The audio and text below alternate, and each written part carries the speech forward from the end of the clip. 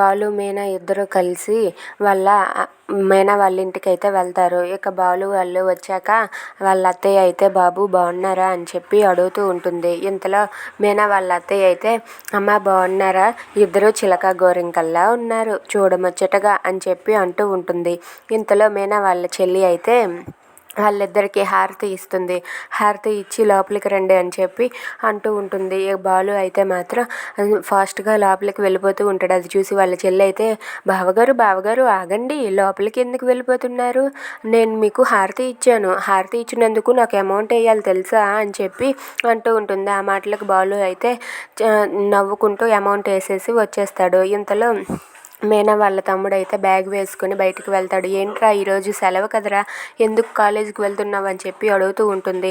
అక్క కాలేజీకి కాదక్క టూర్కి వెళ్తున్నా అంటాడు. టూర్కా, డబ్బులు ఎక్కడివి అని చెప్పి అడిగితే డబ్బులు బావ ఇచ్చాడక్క అని చెప్పి అంటూ ఉంటాడు.